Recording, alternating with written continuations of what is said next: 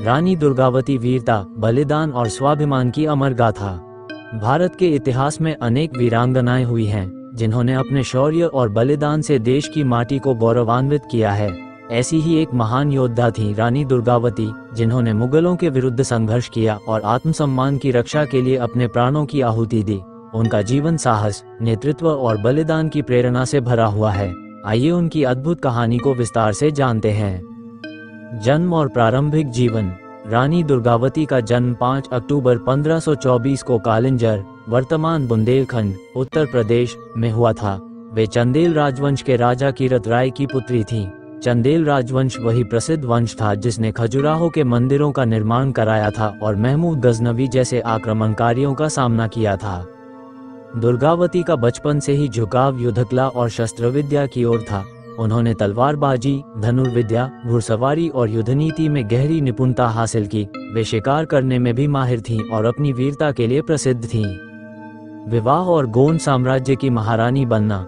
जब विवाह की बात आई तो उन्होंने मुगल या राजपूत राजाओं से विवाह करने के बजाय शक्तिशाली गोंड शासक दलपत शाह से विवाह किया। दलपत शाह गढ़मंडला, वर्तमान मध्य प्रदेश के गोंड राजा थे। यह विवाह राजनीतिक रूप से भी महत्वपूर्ण था, क्योंकि इसने चंदेल और गोंड राजवंशों को एकजुट किया और एक सशक्त राज्य की नींव रखी। हालांकि विवाह के कुछ ही वर्षों बाद राजा दलपत शाह का निधन हो गया और रानी दुर्गावती मात्र 24 वर्ष की आयु में विधवा हो गईं। लेकिन उन्होंने हिम्मत नहीं हारी और अपने 3 वर्षीय पुत्र वीरनारायण को राजा घोषित किया। चूंकि उनका पुत्र बहुत छोटा था, इसलिए उन्होंने स्वयं राज्य का शासन संभाला और अपने कुशल नेतृत्व से गढ़मंडला को समृद्ध और शक्तिशाली बनाया। कुशल शासक और रणनीतिकार। रानी दुर्गावती ने शासन में अनेक सुधार किए। उन्होंने प्रजा के कल्याण के लिए जलाशय और किले बनवाए। उनके काल में गोंड राज्य आर्थिक रूप से संपन्न हुआ और सेना को भी सशक्त किया गया। उनका मुख्य दुर्ग चौरागढ़, मध्य प्रदेश था, जो सामरिक दृष्टि से अत्यंत महत्वपूर्ण था। उन्होंने अपने राज्य की सीमाओं को मजबूत किया और अपने सेनानायकों को युद्ध के लिए प्रशिक्षित किया। रानी का दरबार विद्वानों, योद्धाओं और कलाकारों का केंद्र था। उन्होंने न केवल प्रशासन में कुशलता दिखाई, बल्कि युद्धनीति में भी अद्भुत निपुणता प्राप्त की। मुगलों से संघर्ष की शुरुआत। रानी दुर्गावती के पराक्रम और बढ़ते प्रभाव से मुगलों को चिंता होने लगी। उस समय दिल्ली की गद्दी पर अकबर बैठा था। अकबर के सेनापति ख्वाजा अब्दुल मजीद आसफ खान ने गढ़मंडला पर हमला करने की योजना बनाई।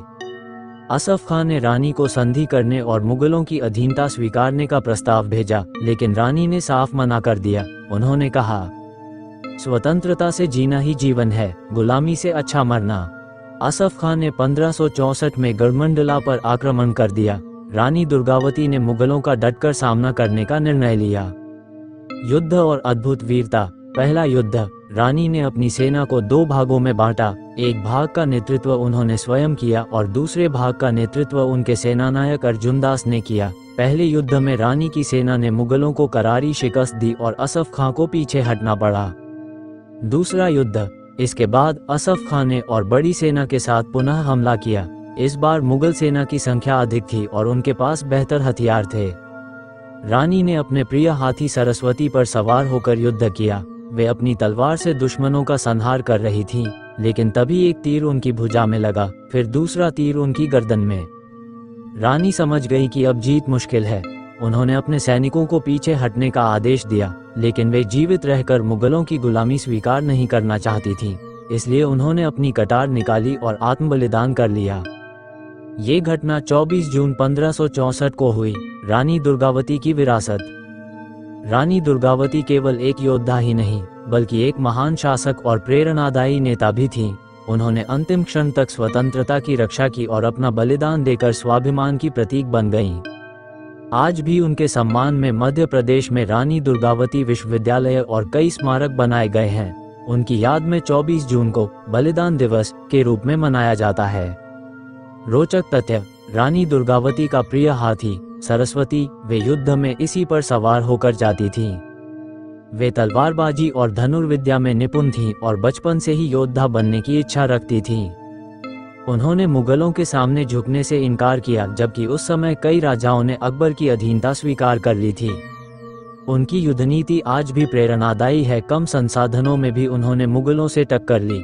उन्होंने आत्मसमर्पण करने के बजाय वीरगति को चुना, जो उनकी महानता को दर्शाता है।